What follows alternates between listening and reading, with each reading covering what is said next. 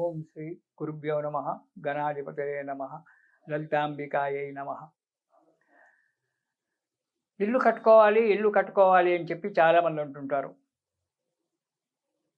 ఎంతోమంది వస్తుంటారు, గురువుగారు మేము ఎంత ప్రయత్నం చేసినా మాకు స్థలం దొరకడం లేదండి, ఇల్లు కట్టుకుందామంటే కావడం లేదండి, స్థలం ఉంది కానీ ఇల్లు కట్టుకోవడం కావడం లేదండి, లోన్ దొరకడం లేదండి, చాలా ఇబ్బందికరంగా ఉందండి. గృహయోగం ఉండాలి, గృహయోగం ఉండాలి, గృహం కట్టుకోవాలి. ఒక్కొక్కరికి గృహయోగం ఉన్న చేతిలో డబ్బు ఉండదు, అనుకూలం ఉండదు. కాబట్టి అలాంటి వారికి మనకు లలితానామాలలోనే చెప్పాడు ఒక నామాన్ని.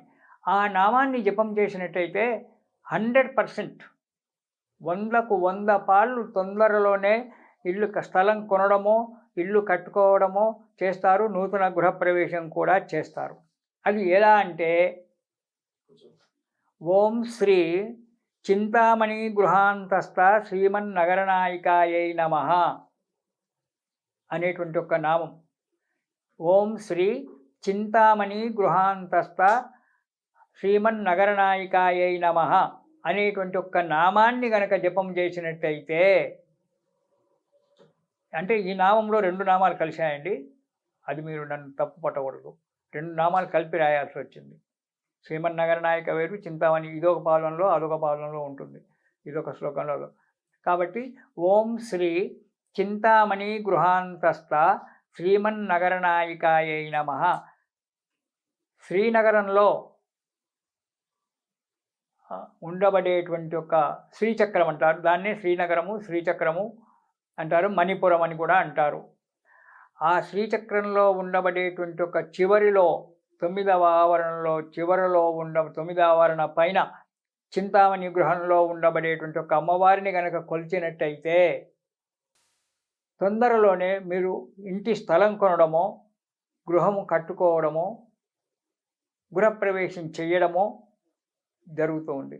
అందుగురించి గృహ ఇచ్ఛ ఉన్నటువంటి వాళ్ళు ఇల్లు కట్టుకోవాలని కానీ ఇంటి స్థలం కొనాలని కానీ ఉన్నటువంటి ఒక వ్యక్తులు మీరు ఓం శ్రీ చింతామణి గృహాంతస్థ శ్రీమన్నగరనాయికాయై నమః అనేటువంటి ఒక నామాన్ని గనక ఉచ్చరించినట్టయితే, జపము చేసినట్టయితే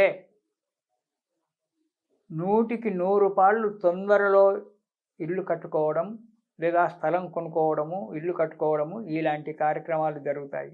దీనికి బాధ లేదు, ఆలోచించవలసిన అవసరం లేదు, అనుమాన పడేటువంటి అవసరం కూడా లేదు.